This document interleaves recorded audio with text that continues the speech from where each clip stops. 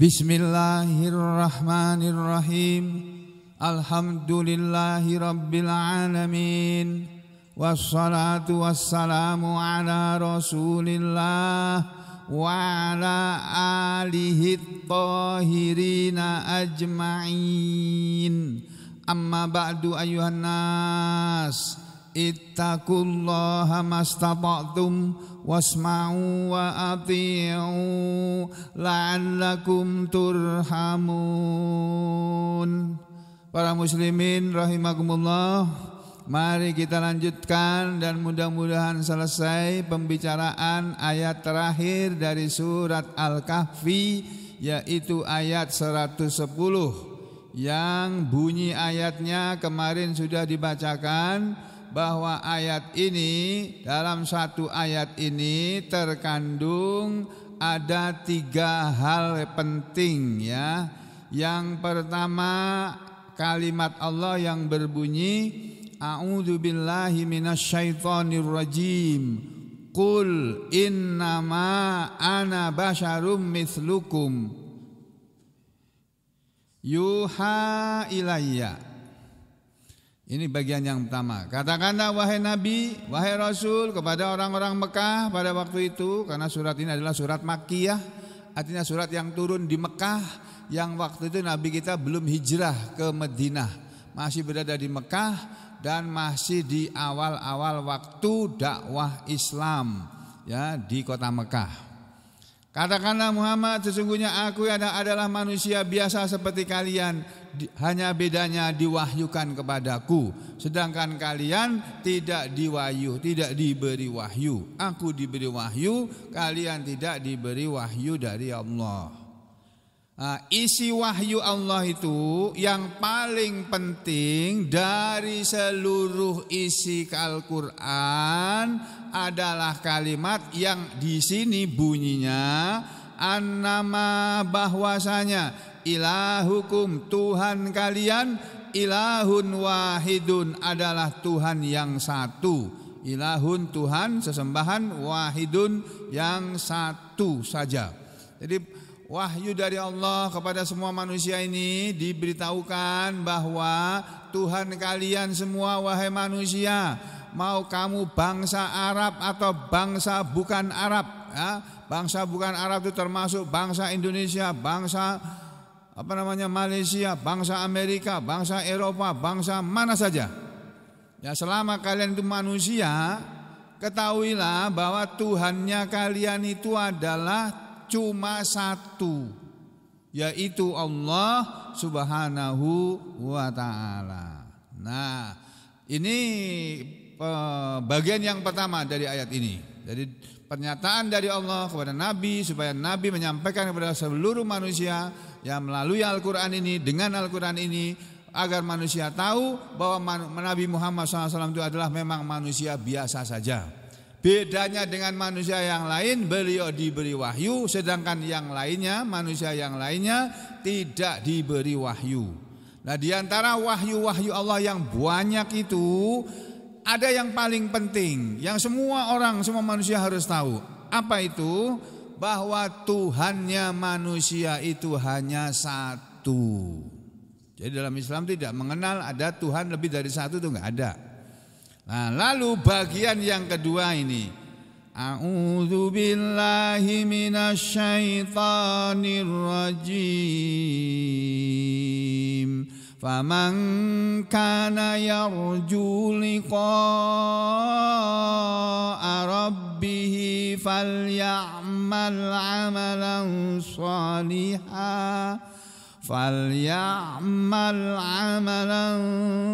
shalihan wa la yusyrik bi'ibadati rabbih ahada. Saya sengaja membaca ayat ini separuh ayat saja, karena saya mendengar rekaman saya kemarin, saya ada salah baca. Mungkin Bapak Ibu sadar apa enggak? Ada ya, saya baca itu bukan bing ibadati, fi ibadati rabbi. Astagfirullahaladzim, salah aku bacanya ya, makanya saya ulangi. Nah, itulah manusia, tempatnya salah dan tempatnya lupa, kata Nabi Muhammad SAW. Al-insan mahallul khata' wan nisyan. Kata Nabi begitu. Manusia itu tempatnya lupa, tempatnya salah, dan tempatnya lupa. Selagi kita masih bisa salah dan masih bisa lupa, berarti kita itu manusia beneran itu loh. Kalau sudah tidak pernah lupa dan tidak pernah salah itu bukan manusia itu, malaikat. Ya, kalau kita ini masih manusia, masih bisa salah, masih bisa lupa. Jadi Bapak Ibu saudara sekalian, bagian yang penting dari akhir surat Al-Kahfi adalah ayat 110 ini. Ini bagian yang paling penting dari seluruh ayat dari awal sampai akhir. Ini poinnya ada di sini. Allah berfirman, "Faman kana maka barang siapa kana faman maka barang siapa kana dia adalah atau adalah dia." Siapa yang dia adalah, ya itu siapa saja, faman maka siapa saja, atau maka barang siapa yang karena dia adalah ada atau adalah dia yarju mengharapkan liqa'a pertemuan rabbihi Tuhannya. Maksudnya maka siapa saja yang keadaan dia adalah orang yang berharap kepada pertemuan dengan Tuhannya. Apa yang dimaksud dengan orang yang berharap akan bertemu dengan Tuhannya itu maksudnya apa? Maksudnya bagaimana? Ya, nanti bisa kita lihat di dalam tarjamah Al-Qur'an. Ya, ini saya ambilkan contohnya di sini. Waduh, sebentar nih. Masih belum hafal nih gimana caranya ini. Kalau mau pindah surat IP caranya itu. Oh, di sini nih ya. Nah, ini kita lihat di surat yang sedang kita pelajari, ini adalah surat ke-18, namanya surat Al-Kahfi, bahasa Inggrisnya The Cave. Ya. Jadi ini nanti ada di ayat yang terakhir. Aduh, kita geser kita ini. Oh, nggak bisa ya. Digeser-geser gini. Walah, suwen ini. Ya, nggak apa-apalah, lama sedikit aja kok. Nah, di bagian yang terakhir dari surat Al-Kahfi ini ayat 110. Nah, ini dia. Ya. Jadi kalimat faman kana yarju liqa'a rabbih, maka barang siapa yang dia adalah orang yang berharap pertemuan dengan Tuhannya. Orang yang berharap kepada pertemuan dengan Tuhannya itu apa sih? Nah, ini nanti dilihat di mana ya? Apa ini? Oh, angel meniti. Saya takut salah pencet nanti kacau semua ini. Jadinya sebentar. Saya ambilkan dari sini aja dulu. Supaya sampean tahu gitu loh. Nah, kita bandingkan. Nah, ini dia. Ini dari Kementerian Agama RI. Nah, terjemahan resmi Al-Qur'an dari Kementerian Agama RI. Nah, ini sudah nomor 400, sudah gede sendiri nih. Nih, kul katakanlah wahai Muhammad, ya, innama ana basyarum mislukum, sesungguhnya aku ini hanya seorang manusia seperti kamu, yuha ilaihi, yang telah menerima wahyu, annama ilahukum ilahu wahid, bahwa sesungguhnya Tuhan kamu adalah Tuhan yang Maha Esa. Faman kana yarju liqa'a rabbih, maka barang siapa mengharap pertemuan dengan Tuhannya. Gak ada penjelasan apa-apa di sini karena ini terjemah.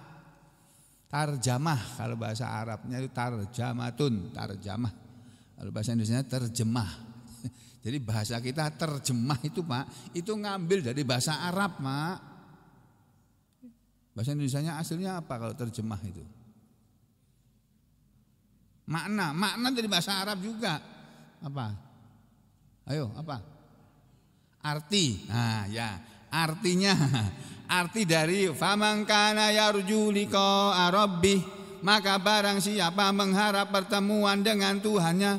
Yang dimaksud dengan mengharap pertemuan dengan Tuhannya itu apa sih? Bagaimana toh? Itu kita harus buka kitab tafsir.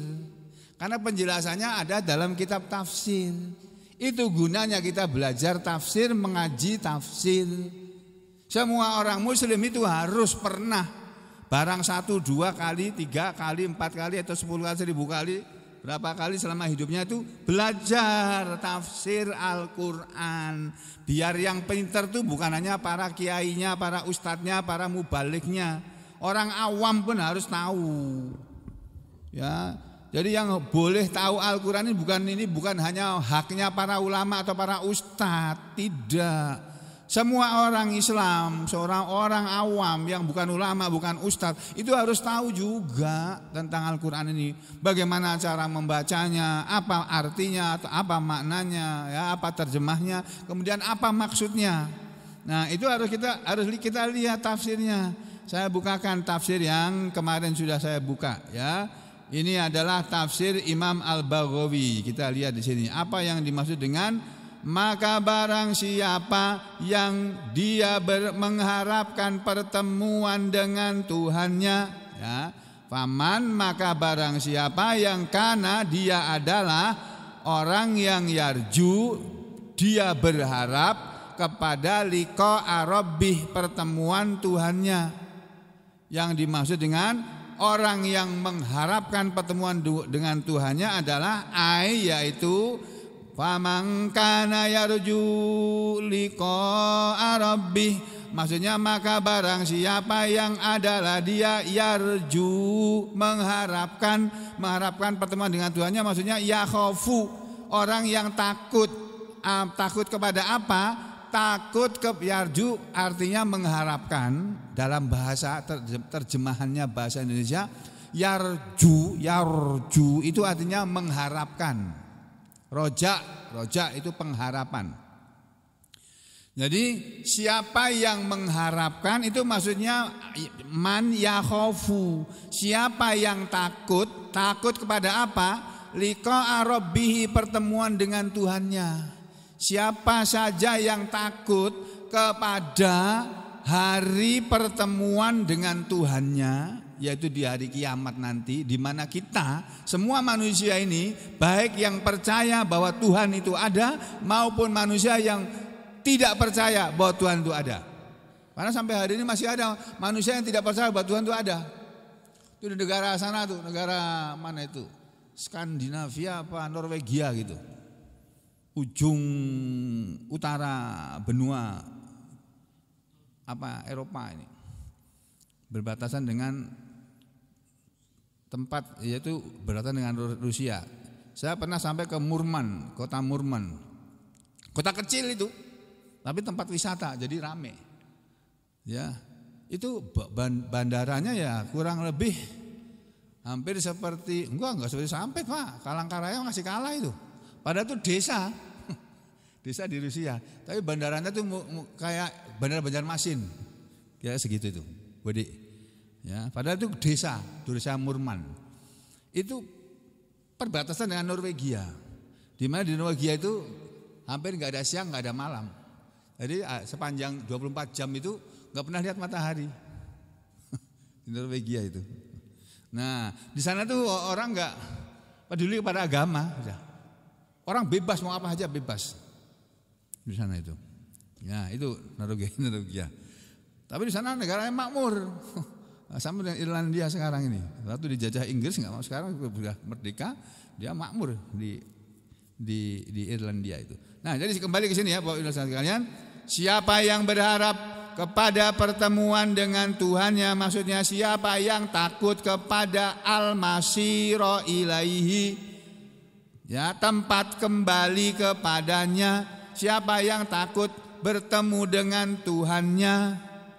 Kan ada manusia yang berharap bertemu dengan Tuhannya karena dia mengharapkan imbalan atau balasan ganjaran dari Allah atas perbuatan-perbuatan baiknya selama dia hidup di dunia. Itu orang yang beriman. Orang yang beriman berharap nanti di akhirat akan diberi oleh Allah balasan dari susah payahnya dia hidup di dunia, yang harus pagi-pagi bangun, begitu mendengar adzan subuh, bahkan mungkin sebelum mendengar adzan subuh dia sudah bangun lebih dulu, orang lain masih pada tidur.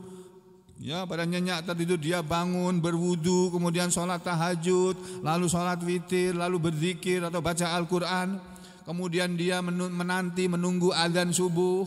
Begitu adzan subuh dia segerakan sholat 2 rakaat di rumahnya. Karena itu sholat sunnah qobliyah subuh itu paling baik dikerjakan di rumahnya, bukan di masjid. Kecuali orang rumahnya jauh dari masjid, nggak apa-apa. Kalau orangnya rumahnya dekat dari masjid, bagusnya 2 rakaat sebelum subuh itu dikerjakan di rumah.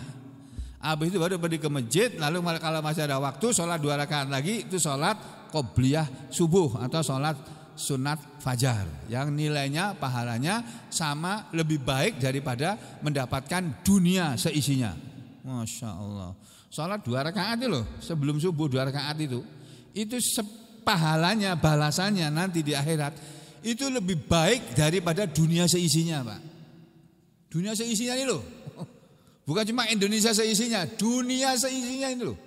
Ada Amerika, ada Rusia, ada Cina, ada Korea, ada Jepang, ada Indonesia, ada Australia, ada Eropa sana. Semuanya isi dunia ini di hadapan Allah tuh nilainya kalah dengan salat 2 rakaat qobliyah subuh. Masya Allah. Itulah makanya dunia ini oleh Allah dianggap murah. Siapa mau dunia ambil aja. Kamu ambil banyak, ambil aja situ, kamu terserah. Tapi ingat ya, kalau kamu sudah dapat banyak di dunia ini, kamu gak dapat apa-apa di akhirat. Gitu Allah ingatkan dalam Al-Quran. Nah, kalau kamu kepingin dapat yang lebih bagus, tempatnya bukan di sini, bukan di dunia ini. Di dunia ini isinya itu ya, kepalsuan, kebohongan, kemunafikan, apalagi kesyirikan, kemaksiatan, kebebasan untuk apa saja sudah, berbuat apa saja. Itu dunia. Nah, kalau di akhirat lain ya. Jadi siapa yang takut kepada hari pertemuan dengan Tuhannya? Ini menurut satu tafsir. Wakilah dan dikatakan ada tafsir yang lain bukan seperti itu. Faman kana yarju liqa'a rabbih, maka siapa yang dia adalah orang yang berharap pertemuan dengan Tuhannya, maksudnya ya'mulu, orang yang mengangan-angankan ru'yata rabbih, melihat Tuhannya. Jadi ada 2 tafsir. Yarju liqa'a rabbih, mengharapkan pertemuan dengan Tuhannya, itu satu. Yang paling populer, yang paling masyhur adalah dia mengharapkan bisa melihat Allah, melihat Tuhannya yang namanya Allah, yang selama dia hidup di dunia belum pernah sekalipun melihat Tuhannya yang bernama Allah itu tadi. Kenapa? Karena mata manusia ini tidak akan mampu melihat Allah yang maha suci, yang maha besar, yang maha agung. Gak bisa. Mata yang masih penuh dengan kemaksiatan ini gak akan bisa melihat Allah yang maha suci. Allah hanya bisa dilihat oleh orang-orang yang suci, yang sudah disucikan oleh Allah dari segala dosanya. Di akhirat nanti diampuni oleh Allah dari segala dosanya, baru dia bisa masuk ke dalam surga Allah, baru dia bisa melihat Allah. Nah, makanya di dunia ini manusia gak akan pernah bisa melihat Allah. Nabi Musa itu loh pernah minta kepada Allah, ya Allah, Allahumma arina, ya Allah perlihatkanlah kepada kami, ya, arini, perlihatkanlah kepada aku ya Allah, aku ingin melihat engkau kayak apa sih engkau itu. Allah kabulkan. Oke, baik Musa, kamu lihat ke gunung itu loh ya, gunung yang ada sebelah kanan apa depanmu itu. Kamu lihat gunung yang ada di hadapanmu itu Musa. Aku akan menampakkan wujudku ke sana. Aku akan turun ke sana. Kamu lihat ya, turunlah. Gunung yang tadinya biasa tiba-tiba terang benderang begitu, dalam riwayat diterangkan begitu ya. Tiba-tiba sangat terangnya itu bukit Tursina yang semula itu redup saja, lalu terang benderang, akhirnya mata Nabi Musa nggak bisa melihat lagi, pingsan beliau.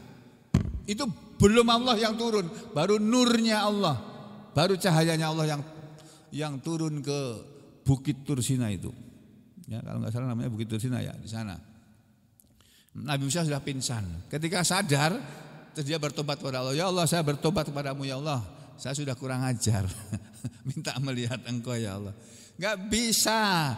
Kita melihat Allah itu di dunia ini nggak bisa. Kita baru bisa melihat Allah itu nanti di akhirat. Itu pun kalau kita masuk surga, Pak, Bu. Makanya kita sekarang ini mulai sekarang ini, ya jangan tidur sampean, bangun dulu, lihat dulu. Nah ini loh sekarang ini, siapa yang dia berharap bisa melihat Tuhannya, maksudnya kan begitu, ya'mulu mengangan-angankan ru'yata rabbih, melihat Tuhannya. Bagaimana cara bisa melihat Allah? Falya'mal amalan shaliha, falya'mal maka hendaknya dia beramal amalan itu amalan sholihan yang baik, yang sholih. Wala dan janganlah dan tidak boleh dia, wala yusyrik dan janganlah yusyrik dia menyekutukan biibadati rabbihi dengan persembahan kepada Tuhannya, ahada kepada satupun orang atau benda.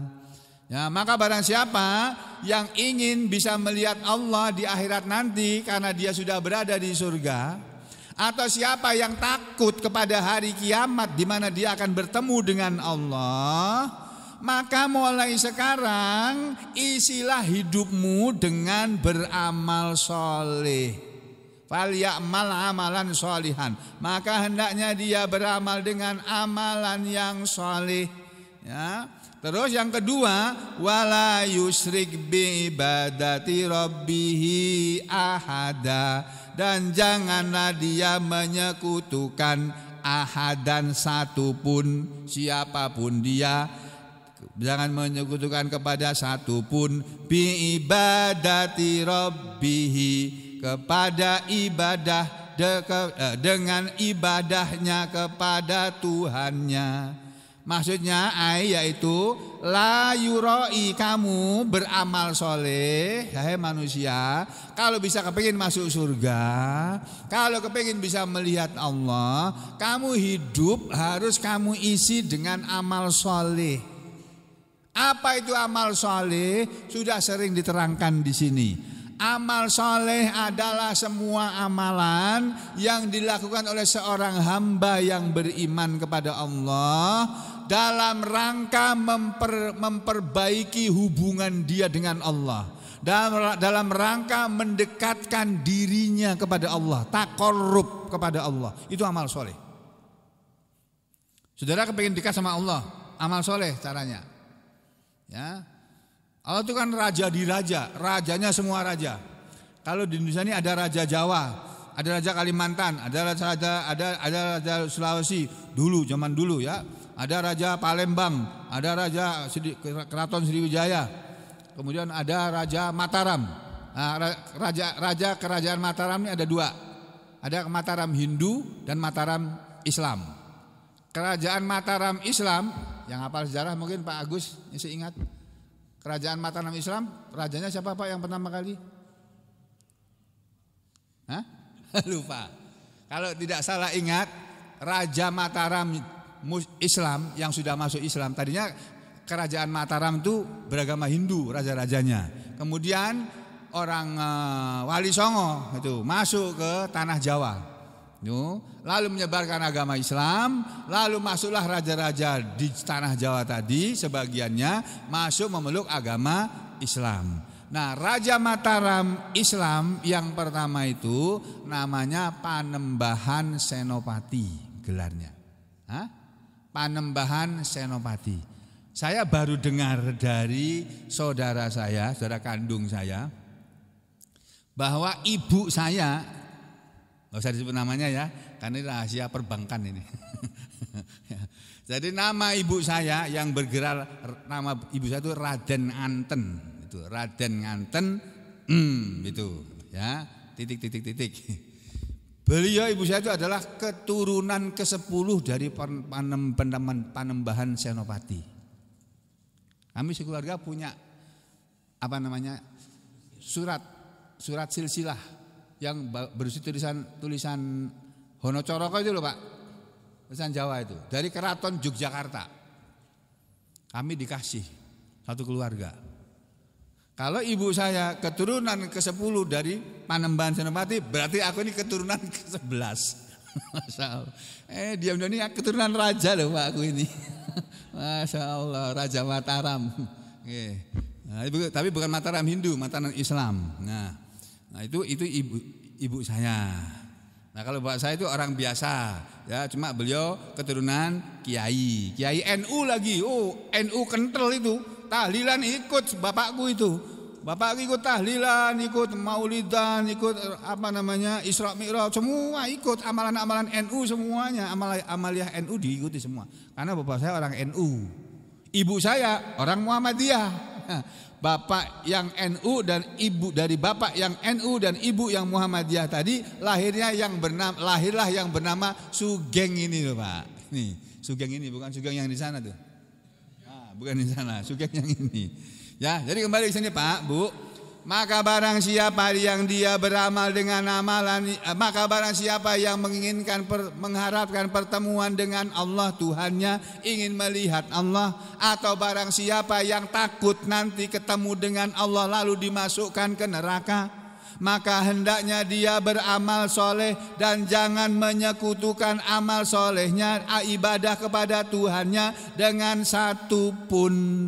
Makanya makna dari wala yusyrik bi ibadati rabbil ahad itu maksudnya begini, la yura'i bi amalihi, janganlah dia riya dengan amalannya. Jadi kita ini dilarang oleh Allah riya. Riya itu beramal kepengin dilihat, memamerkan, pamer. Nah, kalau susah bilang ingin dilihat, pamer. Jadi kita tidak boleh memamerkan amalan kita.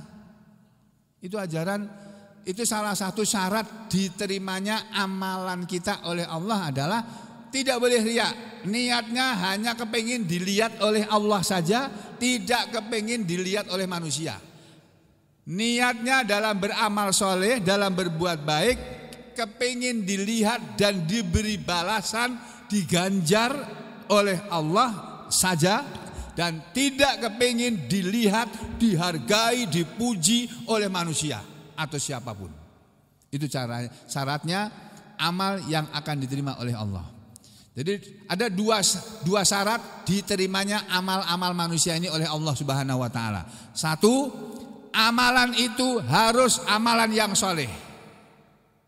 Dan yang kedua, di dalam mengamalkan amalan soleh tadi tidak boleh ada niat apapun ya yang niat itu menyekutukan Allah.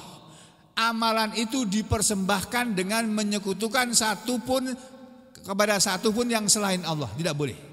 Jadi kita beramal itu hanya karena Allah, hanya untuk Allah. Tidak boleh misalnya kita sedekah nih, sedekah. Sedekah itu kita berharap akan mendapat pahala dari Allah, bukan kepengin dapat pahala atau balasan dari siapapun, enggak. Jangan ada niat double. Saya kepengin sedekah supaya nanti Allah ngasih pahala dan supaya nanti saya gantian digaji oleh orang lain ngasih saya ganti gitu. Enggak boleh ada niat begitu. Ngasih ya ngasih sudah. Jangan nanti mau ngasih lagi kepada kita atau tidak tuh enggak usah dipikirin. Enggak usah diharap. Ya. Jadi kalau kita memberi, jangan pernah ingat apa yang sudah kita beri. Itu ajaran Islam. Ya. Yang sudah kita beri, lupakan. Jangan diungkit-ungkit. Begitu saudara ungkit-ungkit, hilang pahalanya. Itu kan ajaran Islam begitu. Jadi syarat diterimanya amalan yang soleh syarat diterimanya amalan manusia oleh Allah adalah satu, amalan itu adalah amalan yang soleh. Yang kedua, amalan itu harus ikhlas karena Allah, tidak boleh disekutukan dengan apapun kepada selain Allah. Yang maknanya tidak boleh dilakukan amal tadi dengan riya atau pamer. Nah, di sini ada hadis yang diriwayatkan an Salamah, dari Salamah huwa ibnu Kuhel.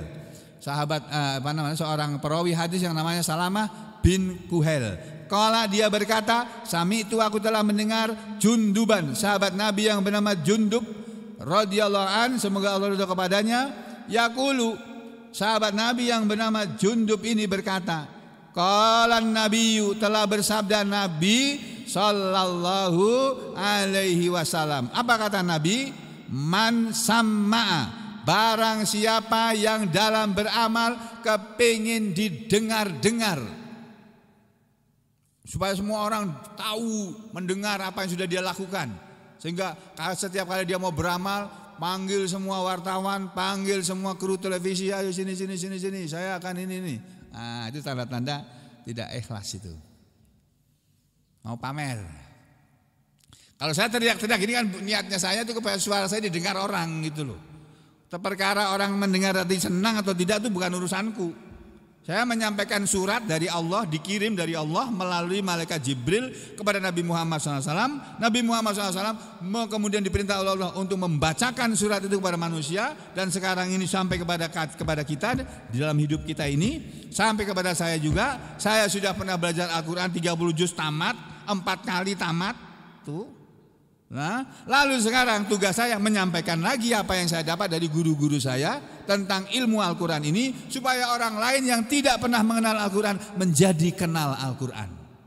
Siapa yang beramal sengaja ingin didengar-dengar oleh orang banyak, sama Allah bihi, Allah akan membuat mendengar kepada amalan itu. Jadi kalau dia beramalnya bukan karena Allah, tapi karena kepingin didengar oleh semua orang, niatnya cuma itu, didengar kemudian dipuji. Nah, itu yang dia harapkan. Kalau dikoreksi, dicela, marah. Nah, kalau kita dicela orang, dikritik orang, kita marah, berarti kita belum ikhlas, Pak. Kita belajar menjadi orang yang ikhlas. Ketika kita menyampaikan sesuatu, omongan kita ini salah, dikoreksi, siap, nggak apa-apa, saya koreksi, saya minta maaf kalau saya salah ngomong. Itu. Ya, itu harus begitu, kita belajar seperti itu. Jangan anti kritik, jangan. Kritik boleh, ayo siapa yang mau kritik silakan. Mau tanya tentang apa yang saya omongkan ini, apa maksudnya omongan Anda kok begini-begini? Saya jelaskan nanti. Ya, tapi kalau saudara sini sudah paham, ya sudah, saya diam saja. Begitu juga wa may yurai, kata Nabi, dan barang siapa yang riya, yura illahu bih, Allah akan membuat riya kepada dia. Siapa yang hidupnya dalam beramal soleh, niatnya riya, kepingin dilihat dan dipuji oleh manusia, Allah akan bikin itu terwujud. Demikian juga siapa yang beramal dengan niat supaya amalannya didengar oleh semua orang dan dipuji oleh semua orang, Allah akan bikin seperti itu kepada dia, dikabulkan oleh Allah. Tapi di akhirat amalan itu tidak diterima. Nah, itu bahayanya, Pak, ya. Ini hadis yang pertama tentang ayat ini. Kita lihat di belakangnya lagi. Waruwina dan telah diriwayatkan juga kepada kita anin Nabi, sebuah hadis dari Nabi sallallahu alaihi wasallam, annahu qol, bahwasanya Nabi kita pernah bersabda, ya, inna, sesungguhnya, akhwafa, yang paling aku takuti, kata Nabi, yang paling aku takuti, ma akhafu alaikum, apa yang aku takutkan kepada kalian. Jadi ya, sesuatu yang paling aku takutkan di antara apa yang aku takutkan terjadi menimpa kalian adalah asyirkul ashor, syirik kecil. Syirik, dosa syirik, tapi dosa syirik kecil. Kalau ada asyirkul ashor berarti ada asyirkul akbar, syirik besar. Syirik besar itu yang menyekutukan Tuhan. Menganggap Tuhan itu bukan satu, ada 2, ada 3, ada 4, ada 5, ada banyak. Nah, itu berarti syirik besar itu. Dosanya enggak diampuni itu oleh Allah. Enggak bisa masuk surga orang kayak begitu. Ya. Ada syirik yang kedua, syirik kecil. Waktu Nabi mengatakan seperti ini, inna akhwafa ma akhafu alaikum asyirkul ashor. Sesungguhnya sesuatu yang paling aku takuti dari apa yang aku takutkan atas kalian adalah syirik kecil. Lalu para sahabat bingung. Ya Rasulullah, qalu, mereka berkata, ya Rasulullah, wahai Rasulullah, wa masyirkul ashor, apa itu yang dimaksud dengan syirik kecil ya Allah, ya Rasulullah? Qala, Rasul menjawab, ar-riya'u, riya. pamer, pencitraan. Nah, kalau bahasa sekarang pencitraan. Kalau saudara beramal, berbuat baik karena pencitraan, itu tidak dinilai sama sekali oleh Allah. Sebanyak apapun kebaikan yang saudara kerjakan, karena saudara berbuat itu bukan karena Allah, tapi kepengen dipuji oleh manusia. Dan kalau sudah dapat pujian dari manusia, di akhirat tidak dapat apa-apa. Nah, makanya syirik itu adalah riya itu adalah syirik kecil. Ini menurut hadis yang diriwayatkan oleh Imam Ahmad dan lain-lain. Kemudian ada lagi satu lagi, ya. Ini hadis ini sahih, ya. Kemudian yang terakhir hadis dari siapa ini, ya? Saya bukakan. Dari Abu Hurairah, Nabi Hurairah, dari sahabat Nabi yang bernama Abu Hurairah radhiyallahu anhu, qala, dia berkata, qala, telah bersabda Rasulullah sallallahu alaihi wasallam. Apa kata Rasulullah? Innallaha tabaraka wa ta'ala, kata Rasulullah begitu. Innallaha, sesungguhnya Allah, tabaraka, yang maha baik itu, wa ta'ala, dan yang maha tinggi itu, yaqulu, dia berfirman, dia berkata. Ini adalah hadis qudsi. Ana aghna suraka, aku adalah yang paling kaya di antara sekutu-sekutu itu. Anis syirki, terhadap perbuatan yang disekutukan, terhadap perbuatan syirik. Man amila, kata Allah, man amila amalan, barang siapa melakukan sesuatu amalan, asyraka fihi ma'i ghairi, dia menyekutukan pada amalan itu bersamaku, kepada selain aku, ya. Fa ana, maka aku, kata Allah. Jadi kata Allah, siapa yang melakukan suatu perbuatan, melakukan suatu amalan, amal perbuatan, dia niatnya bukan untuk aku saja, tapi untuk aku dan untuk selain aku. Allah bilang apa? Fa ana, maka aku, minhu, dari dia tadi, bariun, berlepas diri. Aku gak mau menerima amalan itu tadi. Huwa, dia, amalan itu, lilladzi amilahu, untuk yang dia mengamalkannya. Itu loh Pak. Makanya kita beramal dalam hidup ini jangan cuma sekedar beramal begitu saja, tapi niatnya harus lurus, harus benar. Niatnya yang lurus, yang benar adalah niatnya karena Allah semata-mata. Tidak boleh ada niat yang lain. Saudara tiap hari datang ke sini ngaji, niatnya hanya kepingin dapat pahala dari Allah, bukan kepingin dipuji oleh saya. Oh, ini orang ini rajin. Yang sana malas. Enggak begitu. Enggak, bukan itu. Jangan begitu. Pokoknya saudara datang sini niatnya ingin dapat pahala dari Allah, ingin dibalas, dilihat oleh Allah dan diberi pahala. Udah, itu aja. Ya. Itu yang penting. Jangan ada niat yang lain. Yang jadi pengajar seperti saya ini, niatnya juga begitu. Saya menyampaikan ilmu ini, saya tidak mengharap imbalan apa-apa dari Anda. Saya kan gak pernah minta uang apa-apa dari Anda sama sekali. Saya cari uang sendiri kok. Allah ngasih kemampuan saya cari uang sendiri. Saya cari uang sendiri sampai malam, tadi malam jam 12 malam baru pulang saya. Dari jam 7 kerja. Nangani 35 orang itu. Cair. Sampean ngomongnya cairnya aja Pak. Itu satu mata aja di tanganku nanti berlalu itu Pak, kayak air itu Pak, mengalir. Ini kirim sana gitu Pak. Pian bilang cair ya. Nanti mengalir ke maskapai 6R, ke maskapai Lion Air, Batik Air gitu Pak.